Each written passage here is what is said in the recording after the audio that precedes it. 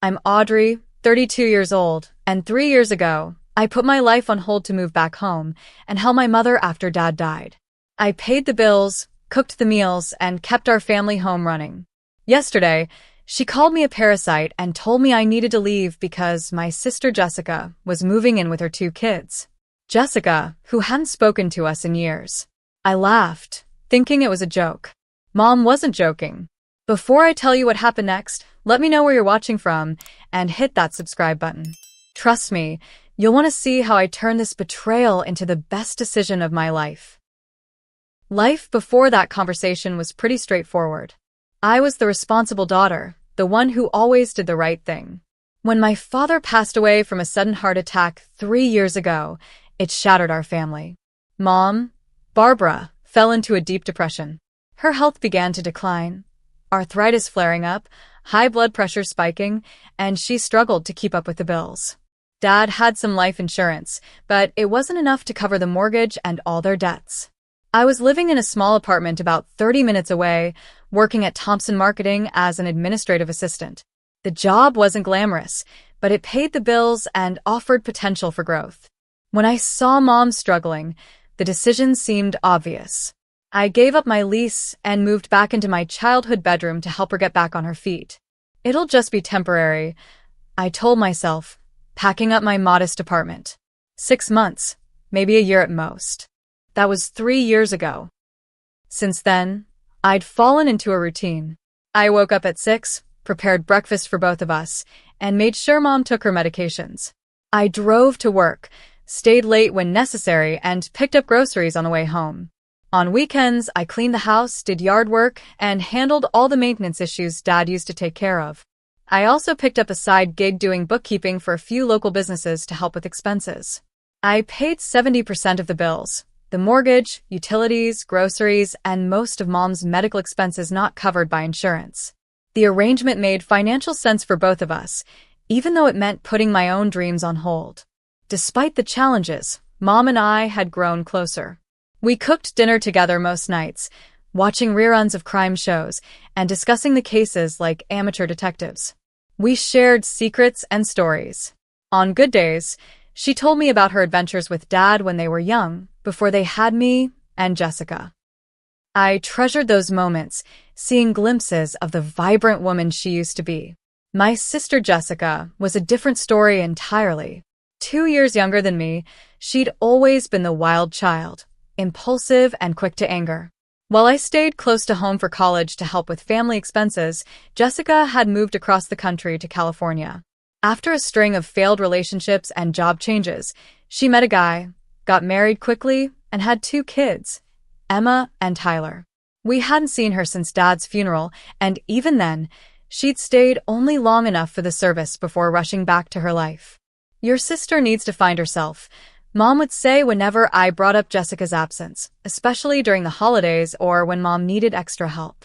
"She's sensitive. Different than you." I had my own dreams, modest as they were.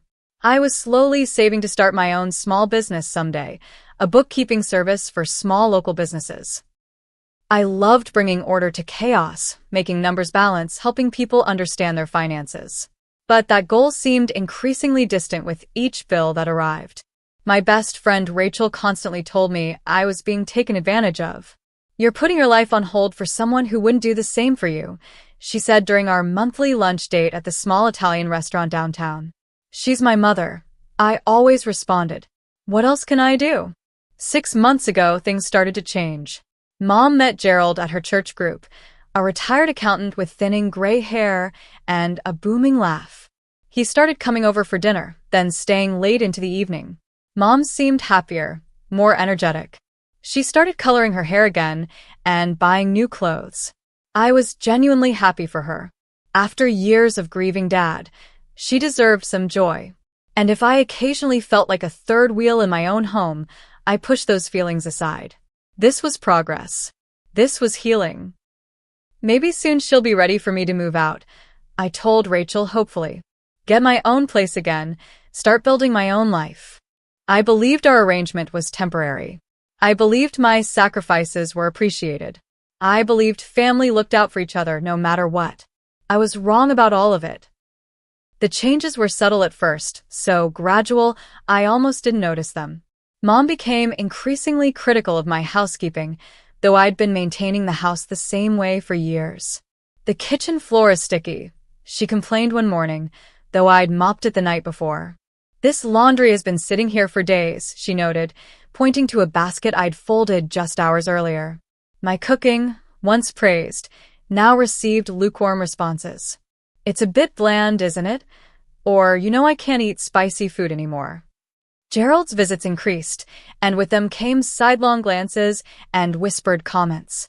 Still living at home at your age? He asked once, not quite under his breath, while helping himself to the dinner I'd prepared. I brushed it off.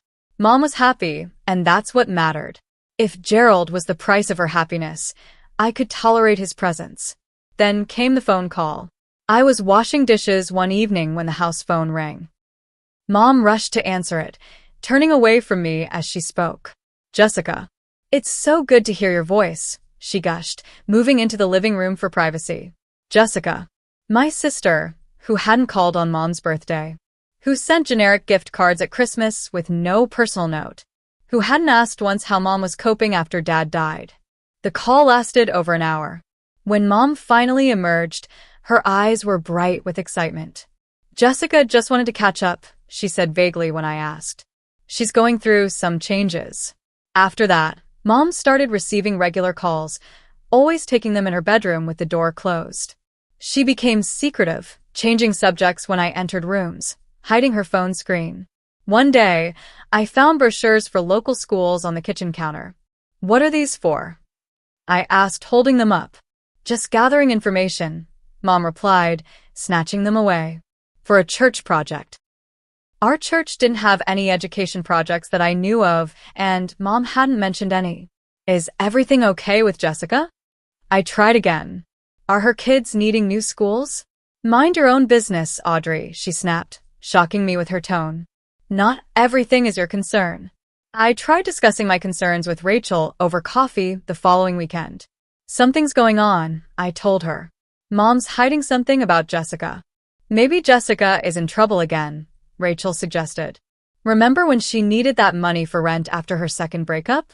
I nodded, remembering the $1,000 I'd lent my sister. Money I never got back. Just ask your mom directly, Rachel advised. You deserve to know what's happening in your own home. But every attempt at direct conversation was met with deflection or criticism. The next concerning incident happened when I came home early from work with a migraine. I found Mom in my bedroom, sorting through my closet, a large donation box already half full with my clothes. What are you doing? I asked, my head pounding. Spring cleaning, she replied, though it was October. You never wear half of these things. Some of the items in the box were clothes I'd worn just the previous week. I was thinking we could convert this room into a proper guest room, Mom continued, not meeting my eyes. You could move your things to the basement. The basement was unfinished, damp, and filled with boxes. It had a small window and concrete floors. Why would I move to the basement? I asked. This has been my room for 3 years. Well, it was your childhood room before that, Mom said dismissively. Don't you think it's time for a change? Gerald started staying overnight more frequently. I'd wake up to find him at the breakfast table in his robe, drinking from my father's favorite mug. He began offering unsolicited financial advice, questioning my contributions to the household. Your mother tells me you've been a big help, he said one morning, in a tone that suggested the opposite. But at your age, shouldn't you be establishing your own household? Mom needs help with the mortgage, I replied evenly. We have an arrangement. Arrangements can change, he said, sharing a look with my mother that made my stomach knot. My anxiety grew. I began having trouble sleeping, lying awake listening to the murmur of voices from my mother's room, catching fragments of sentences. Plenty of space once we need to tell her soon. Jessica's situation is different. I started noticing other changes too. Mom cleared out the storage room upstairs, discarding boxes of holiday decorations and winter clothes. She ordered new twin beds online without explanation. She asked me repeatedly about my work schedule, making notes on the calendar. All signs pointed to something major coming, but I couldn't piece it together. Or perhaps I didn't want to see the truth forming right in front of me. The evening everything fell apart started deceptively well. I came home from work to find Mom cooking lasagna, my favorite meal, with garlic bread and a fresh salad. The table was set nicely, with the good dishes we usually reserved for holidays. "What's the occasion?" I asked, setting down my purse. "Can a mother make a nice dinner?" Mom replied, her smile not quite reaching her eyes. "Gerald will be joining us later." Of course he would. I went upstairs to change, noticing more of my belongings had been shifted around, some family photos removed from my dresser. A sense of unease settled over me, but I pushed it aside. Maybe this dinner was Mom's way of thanking me for everything. When I came back down, Mom was pouring wine, another unusual touch for a weeknight. Sit," she urged, bringing the lasagna to the table. "Let's eat while it's hot." The food was delicious, but Mom barely touched hers, instead watching me with an intensity that made me nervous. After a few minutes of strained small talk about the weather, she cleared her throat. "Audrey, there's something I need to discuss with you." I set down my fork, my appetite suddenly gone. "What is it?" "Your sister Jessica is going through a difficult time," Mom began. "Her divorce was finalized last month, and she's struggling financially. The area they live in is expensive, and with 2 growing children." My mind raced, already seeing where this was heading. "You want to send her money? I can adjust the budget, maybe work a few extra bookkeeping hours." Mom shook her head. "No, that's not it. Jessica needs more than money. She needs a support system." She took a deep breath. "She's moving back home with Emma and Tyler. They'll be here next week." I blinked, processing this information. "That's sudden. But I guess we can make it work. The kids can have the guest room, and Jessica could use the office space downstairs. It'll be tight, but—" "Audrey," Mom interrupted, her voice hardening. "You don't understand. Jessica will need your room. The children will need space too. You'll need to find another place to live." The words hit like a physical blow. "What? You're 32, a grown woman," Mom continued, not meeting my eyes. "Jessica needs help with her kids. They're only 8 and 6. They need stability, their grandmother's support. And I need to leave just like that." My voice rose in disbelief. "After everything I've done here? I pay most of the bills, Mom. I've kept this house running for 3 years while you grieved." "Don't exaggerate," Mom snapped. "I've contributed my share. And now my daughter needs me." "I'm your daughter, too." The words burst out of me. "Yes, but you're an adult. Jessica is in crisis. Those children need a home. And what about our arrangement? The mortgage, the utilities, the groceries I buy? Who's going to handle all of that if I leave?" Mom's expression grew cold. "Gerald has offered to help with the finances. And Jessica will contribute when she gets settled." "Gerald?" "Of course." The pieces suddenly fell into place. The secretive phone calls, the storage room clean out, the new beds. They'd been planning this for weeks, maybe months. "So you're just throwing me out? After everything I've sacrificed to help you?" "Don't be so dramatic, Audrey. I'm giving you a week's notice." "That's generous." "Generous?" I couldn't believe what I was hearing. "I've put my entire life on hold for you. I've poured my savings into this house. I've missed career opportunities to stay close and help you. And I appreciate that," Mom said dismissively. "But it's time for you to move on. Jessica's situation is different. She has children to consider." "And what about my situation? Where am I supposed to go with 1 week's notice? How am I supposed to find an apartment and move that quickly?" "You're resourceful," Mom replied. "You've always been independent. Unlike Jessica, who needs more support." The injustice of it burned in my chest. So Jessica disappears for years, doesn't help when Dad dies, doesn't call, doesn't visit, and she gets rewarded with a place to live? While I, who have been here supporting you every day, get thrown out like garbage. Mom's eyes flashed. "That's enough. I won't be spoken to like that in my own home. You've been living here rent-free." "Rent-free?" I nearly shouted. "I pay the mortgage. I pay the utilities. I buy the groceries. I've spent thousands maintaining this house. And you've had a place to live, Mom countered. Now you're just being selfish. Jessica needs help. Those children need stability. And what about what I need? My voice broke. You're being a parasite, Mom hissed, the words slicing through me. Clinging to your childhood home instead of building your own life. It's not healthy, Audrey. A parasite. After everything I'd done. Everything I'd given up. The word echoed in my mind as tears threatened to spill. The front door opened, and Gerald walked in, his timing suspiciously perfect. Everything okay in here? He asked, looking between us with artificial concern. Fine, Mom said, composing herself. I've just informed Audrey about Jessica's arrival next week. Gerald nodded, settling his hand on Mom's shoulder possessively. It'll be good for Barbara to have her grandchildren here. Family is important. Yes, family is important, I said bitterly. Apparently some family more than others. I stood up from the table, my dinner barely touched. I need some air. Audrey, Mom called as I headed for the door. Be reasonable. You have until next Friday. Jessica's flight arrives at noon. I didn't respond, just grabbed my keys and walked out. In my car, parked on the street I'd grown up on, I finally let the tears fall. Not just for the betrayal of tonight, but for the 3 years I'd wasted believing I was valued, appreciated, needed. I'd been nothing more than a placeholder, a convenient solution until something better, someone better, came along. I drove aimlessly for hours, finally ending up at a small 24-hour diner on the edge of town. The waitress, an older woman named Patty with kind eyes, took one look at my tear-stained face and brought me a cup of hot chocolate without asking. On the house, honey, she said, setting it in front of me. Whatever it is, it looks like you could use it. I sat there until nearly midnight, nursing my drink and trying to process what had happened. A parasite. The word kept echoing in my head, each repetition a fresh wound.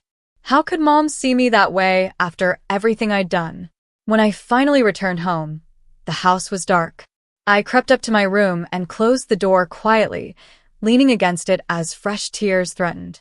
Looking around at the space I'd occupied since childhood, I noticed how much had already changed. My bookshelf had been partially emptied, photo frames removed, closet half cleared. They'd been erasing me gradually, preparing for my departure long before telling me. I pulled out an old photo album from under my bed, one thing they hadn't found yet. Inside were pictures of our family when it had been happy and whole. Dad teaching me to ride a bike. Mom braiding my hair for the first day of school. Jessica and me building sandcastles at the beach. The 4 of us at my college graduation, smiling proudly. Where had that family gone? When had I become disposable? I thought about all the sacrifices I'd made. The job opportunity in Seattle I'd turned down because it was too far for Mom. The dating relationships I'd let fizzle out because I didn't have time between work and caring for the house. The $7,000 from my savings that had gone toward the new roof last year. The nights I'd stayed up researching Mom's medications, coordinating her doctor's appointments, managing her care. All of it meaningless now. All of it forgotten. Sleep eluded me that night.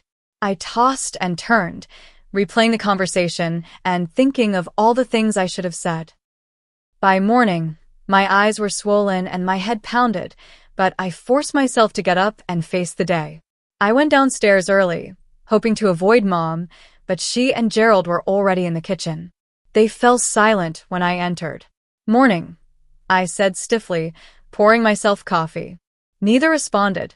I stood at the counter, back to them, listening to their hushed conversation. The smaller bedroom would be perfect for Tyler, Gerald was saying. Emma can have the larger one since she's older. We'll need to repaint, Mom replied. Audrey's taste is so drab. Emma loves purple. They were already planning the renovation of my room, the room I was still occupying. The betrayal cut deeper. After they left for Gerald's doctor's appointment, I sat at the kitchen table, trying to form a plan. I needed an apartment, moving help, money for deposits and furniture. A week wasn't enough time. Out of habit, I checked the household accounts on my laptop. We had a joint checking account for bills and household expenses. I'd always been transparent about the finances, showing Mom every transaction, discussing major expenditures. The balance was $960, significantly lower than it should have been. Scrolling through recent transactions, I found a withdrawal of $3,000 2 days earlier. Money that had been earmarked for winter heating bills and property taxes. My hands shook as I clicked through to the transaction details. The withdrawal had been made by Barbara Sullivan, my mother, at the bank branch downtown. No explanation, no discussion with me beforehand. $3,000. My money, primarily. Money I'd worked extra hours to save. As I sat there staring at the screen, an email notification popped up. It was from Mom's account to her friend Linda. She'd accidentally copied me, or more likely, she'd meant to email Jessica Sullivan and hit Audrey Sullivan in her contacts instead. The subject line read, bedroom furniture. Against my better judgment, I opened it. Linda found the perfect bunk beds for the kids at West Side Furniture. Gerald thinks we should wait until Audrey's out before delivery, but Jessica says they can be stored in the garage temporarily. So excited to have my real family home again. Barbara, my real family. The words were a knife to my heart. I scrolled down to see the previous messages in the thread. What I found was worse than I could have imagined.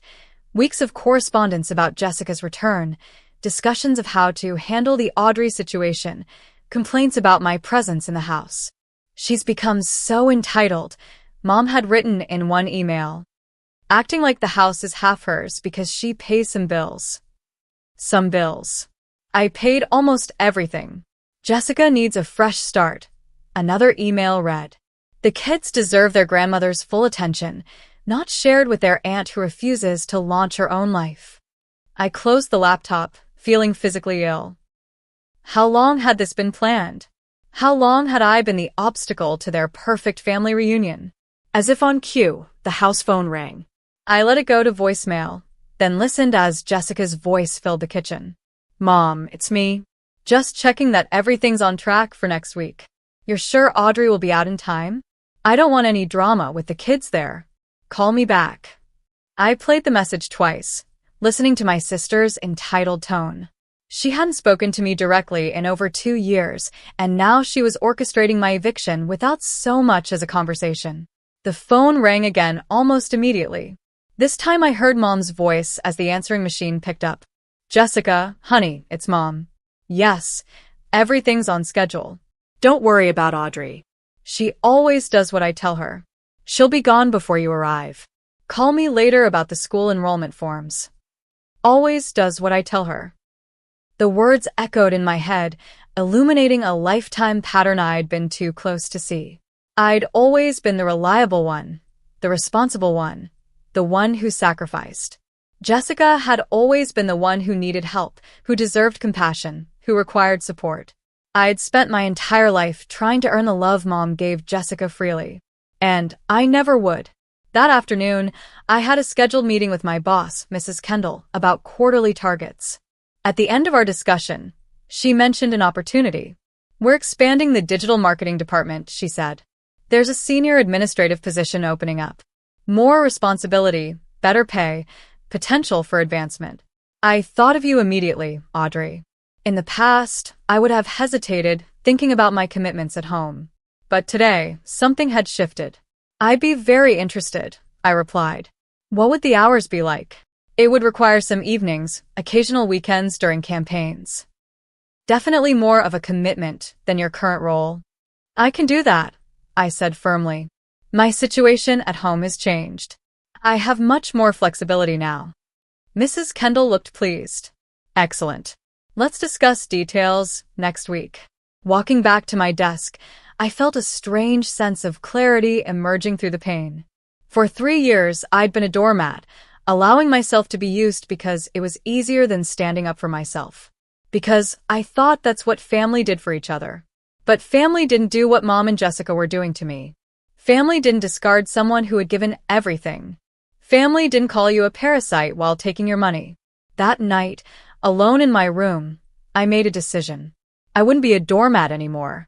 I wouldn't leave my home of 3 years with my tail between my legs, grateful for a week's generous notice. I would take control of the situation.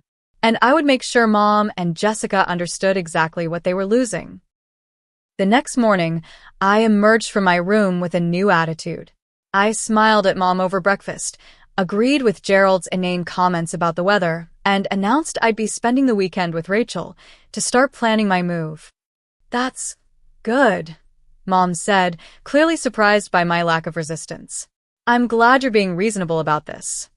"Of course," I replied pleasantly. "Family helps family, right?"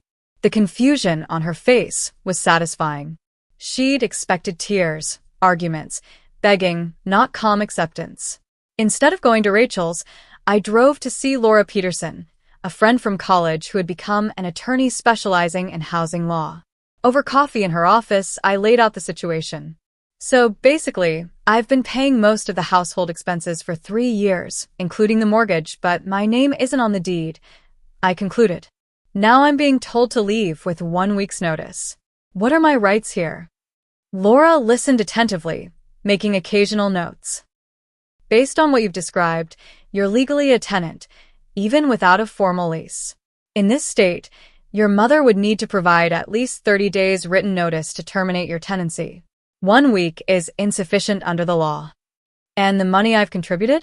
"The joint account she withdrew from." "That's trickier," Laura admitted. "Joint accounts legally allow either party to withdraw funds.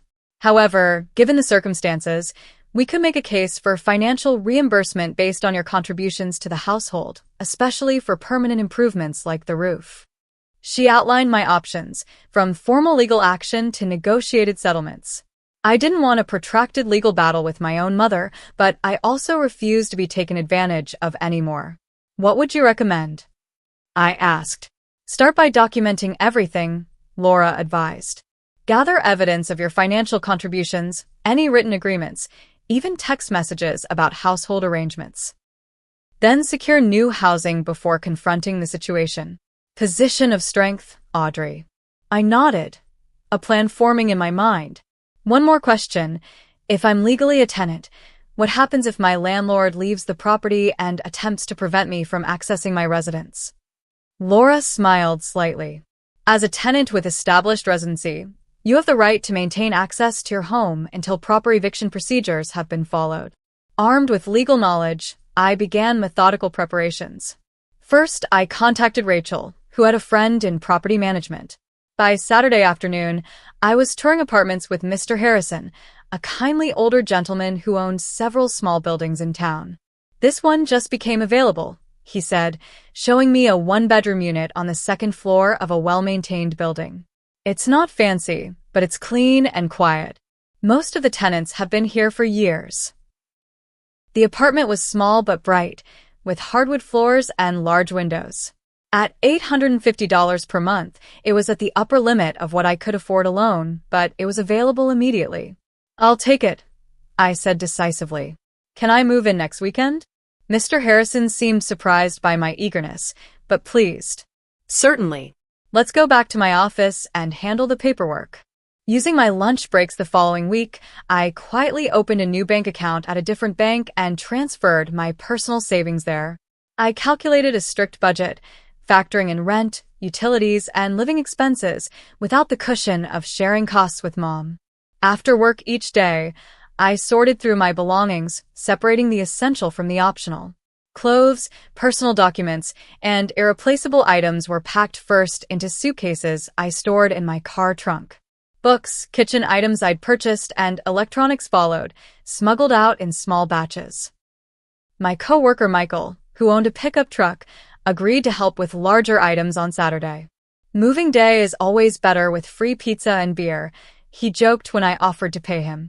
I made an appointment with a locksmith for Friday morning, explaining my situation carefully and confirming they could come exactly at 9:30 a.m. I requested copies of all utility bills, bank statements, and home repair receipts, creating a folder of documentation as Laura had suggested. Throughout the week, I maintained the charade of reluctant acceptance. I responded to Mom's thinly veiled excitement about Jessica's arrival with mild pleasantness.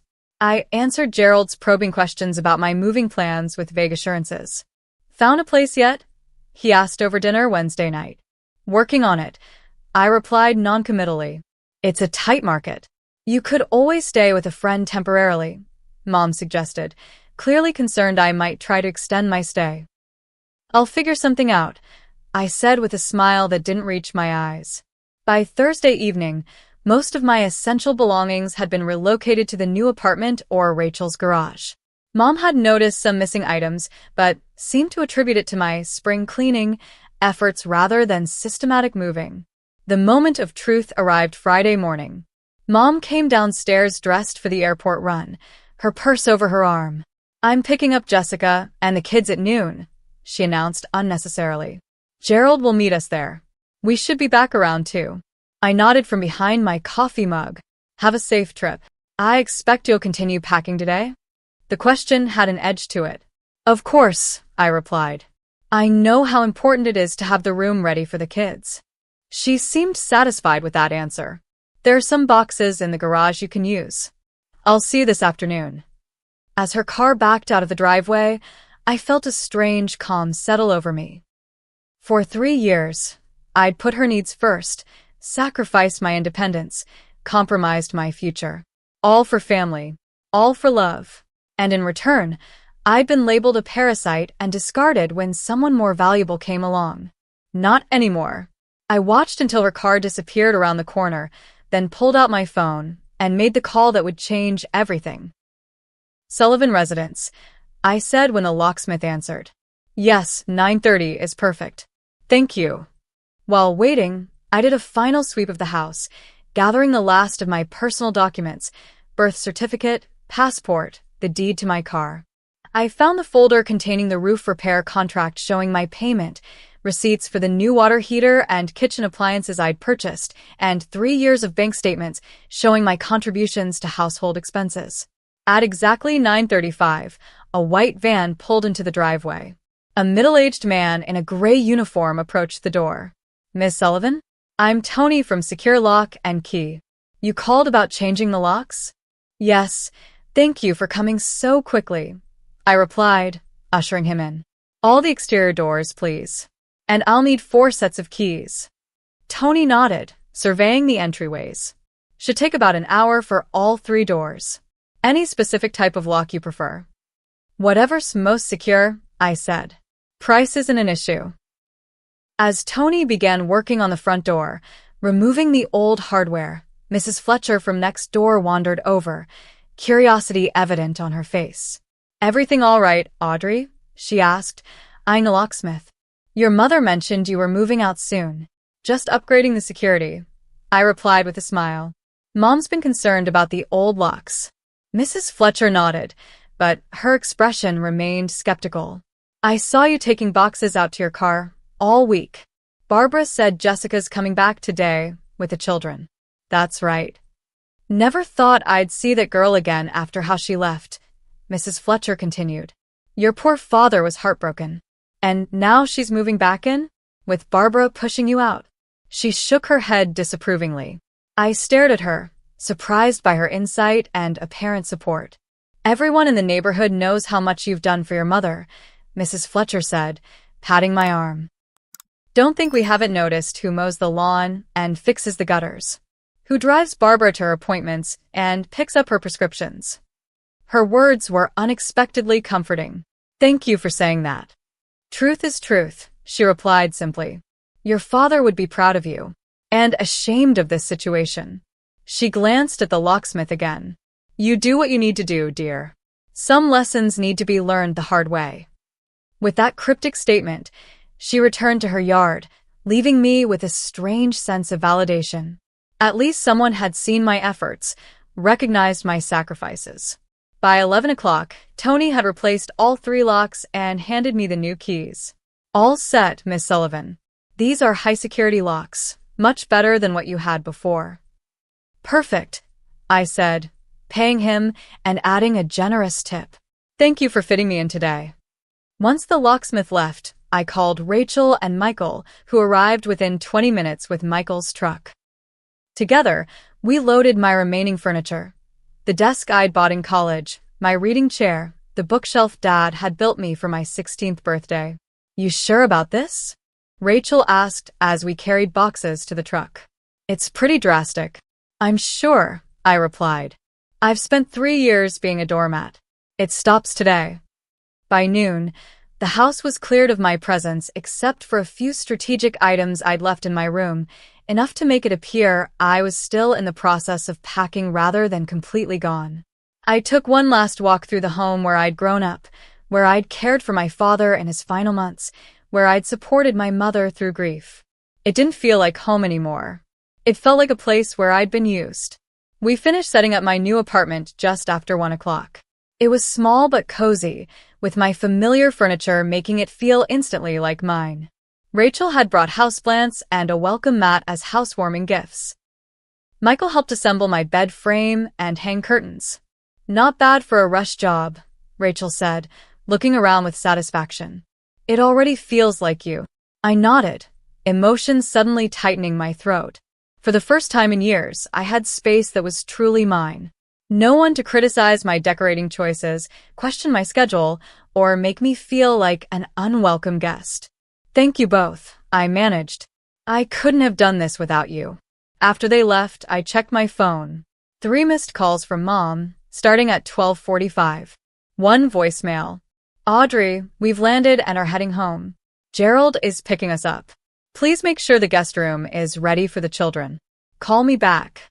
No, please. No, thank you. Just more demands. At 2:17, my phone rang again. Mom's number. I let it go to voicemail. A text followed almost immediately. We're home. Where are you? The key isn't working. I smiled slightly, imagining their confusion at the door. Another call. Another text. Did you change the locks? Call me immediately. 3 more calls in quick succession. Then a final text. This is completely unacceptable. We're standing outside with 2 tired children and luggage. If you don't open this door right now, I'm calling the police. That was my cue. I drove back to the house, parking across the street to observe the scene before approaching. Mom, Gerald, Jessica, and 2 children I barely recognized stood on the front porch, surrounded by suitcases. Jessica was pacing, gesturing angrily. Mom was on the phone, her face flushed with rage. Gerald was trying unsuccessfully to peer through windows. The children, Emma with long dark hair like Jessica's, Tyler with a baseball cap pulled low, looked confused and uncomfortable. I took a deep breath and walked across the street, the folder of documentation tucked under my arm, new house keys in my pocket. Having trouble? I asked pleasantly as I approached. Mom whirled around, nearly dropping her phone. Audrey, what have you done? Why can't we get into the house? I've secured my residence, I replied calmly, as is my right as a legal tenant. What are you talking about? Jessica demanded, stepping forward. Though I hadn't seen her in years, she looked exactly the same. Beautiful, angry, entitled. Mom said you were moving out today. Mom didn't provide proper notice as required by state law, I explained, my voice steady. Tenants are entitled to 30 days written notice before eviction, even family members. This is ridiculous, Mom sputtered. It's my house. Yes, it is, I agreed. And I've been paying the mortgage on it for 3 years, along with utilities, repairs, and maintenance. I've invested over $40,000 in this property since Dad died. Gerald stepped forward, attempting intimidation. Barbara asked you to leave. That should be enough. It's not, I replied, meeting his gaze without flinching. And I have documentation to prove my legal residence and financial contributions. I patted the folder under my arm. My attorney says I have a strong case for both extended notice and financial compensation. Attorney? Mom looked shocked. You consulted a lawyer against your own mother? I consulted a lawyer to understand my rights, I corrected. After you withdrew $3,000 from our joint account without discussion. After you called me a parasite in the home I've maintained and paid for. After you and Jessica planned behind my back to displace me with 1 week's notice. Jessica rolled her eyes dramatically. Always the victim, Audrey. Mom needs help with the kids. I'm going through a divorce. Can't you think of someone besides yourself for once? The irony of Jessica, who had contributed nothing for years, accusing me of selfishness, was almost laughable. I've thought of others for 3 years, I replied evenly. I've put my life on hold to support Mom after Dad died, something you didn't bother to do. I've paid bills, maintained the house, coordinated medical care, and been here every single day while you were too busy to even call on her birthday. That's enough, Mom interjected, glancing nervously at the children who were watching our exchange with wide eyes. Just open the door, Audrey. We can discuss this inside. We can discuss it right here, I said firmly. I'm willing to move out on proper terms. 30 days notice, as legally required. Repayment of the $3,000 you withdrew from our joint account. And fair compensation for my investment in home improvements, including the new roof and water heater. This is extortion, Gerald blustered. This is business, I corrected. You've treated me like a business arrangement rather than family, canceling our agreement unilaterally when a better option came along. I'm simply responding in kind.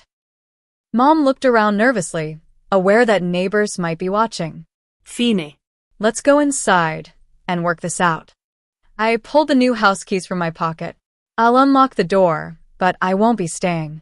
I've already moved my essential belongings to my new apartment. I'll return tomorrow to discuss terms. If we can reach an agreement, I'll be fully moved out within the 30-day period. You already moved? Mom looked genuinely surprised. But where? How? I made arrangements, I said simply, unlocking the door. Unlike some people, I don't expect others to solve my problems for me. As the door swung open, I handed Mom one set of keys. I've left detailed documentation of all my financial contributions on the kitchen table, along with a formal response to your verbal eviction notice. My attorney's contact information is included if you'd prefer to communicate through legal channels. Jessica pushed past us, ushering her tired children inside. This is so typical, Audrey. Creating drama when we're just trying to start over. I didn't bother responding to her. Instead, I looked directly at my mother. You called me a parasite, Mom. After everything I've done, everything I've given up to help you. That's not something I can forget. For the first time, I saw a flicker of shame cross her face. I was upset. I didn't mean. You meant it, I interrupted. And that's why I can't stay here anymore, even for 30 days. I'll come by tomorrow at noon to discuss arrangements. Please review the documentation before then. Without waiting for a response, I turned and walked back to my car. Behind me, I heard Jessica already complaining about the state of the house, Gerald offering suggestions about changing the locks again, and the children asking questions about where they would sleep. None of it was my problem anymore. For the first time in 3 years, I was putting myself first. And it felt surprisingly good. 6 months passed in a blur of change and growth. My new apartment had become a true home, decorated exactly as I liked with no one to criticize my choices. The promotion at work had come through, bringing more responsibility, but also a substantial pay increase that made my independent life comfortable.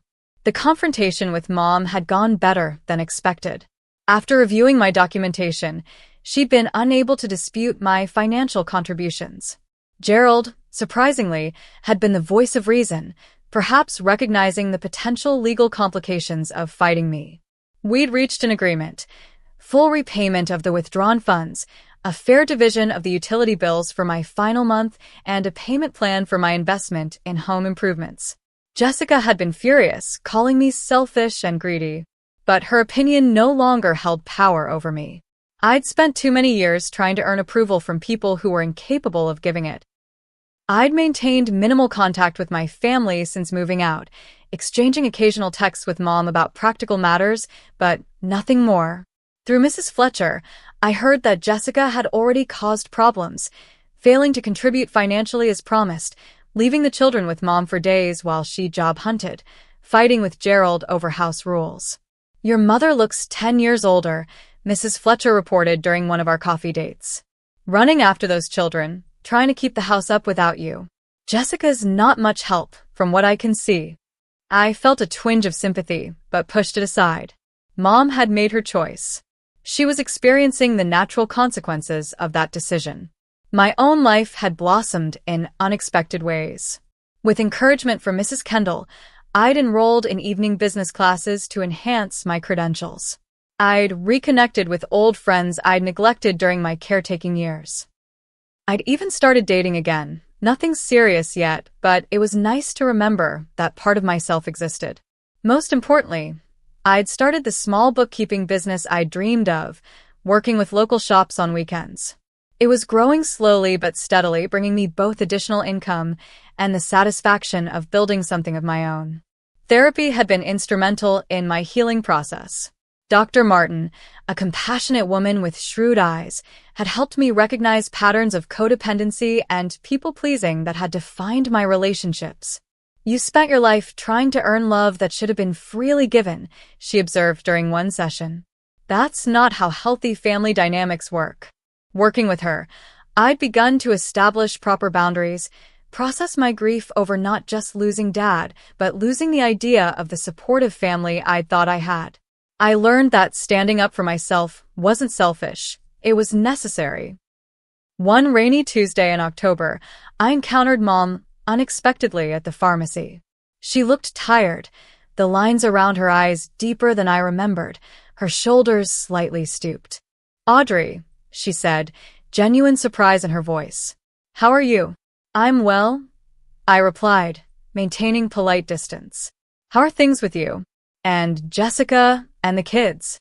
She hesitated, something complicated crossing her face. Busy. "The children are adjusting. Jessica is still looking for work. Gerald has been very supportive." I nodded, not surprised. "I'm glad to hear that." An awkward silence fell between us. Finally, she spoke again, her voice softer. "Your business cards are at Marion's bakery. I saw them on the counter when I picked up a birthday cake for Emma.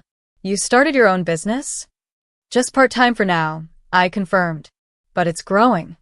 "That's wonderful," she said, and seemed to mean it. "You always were good with numbers. Like your father."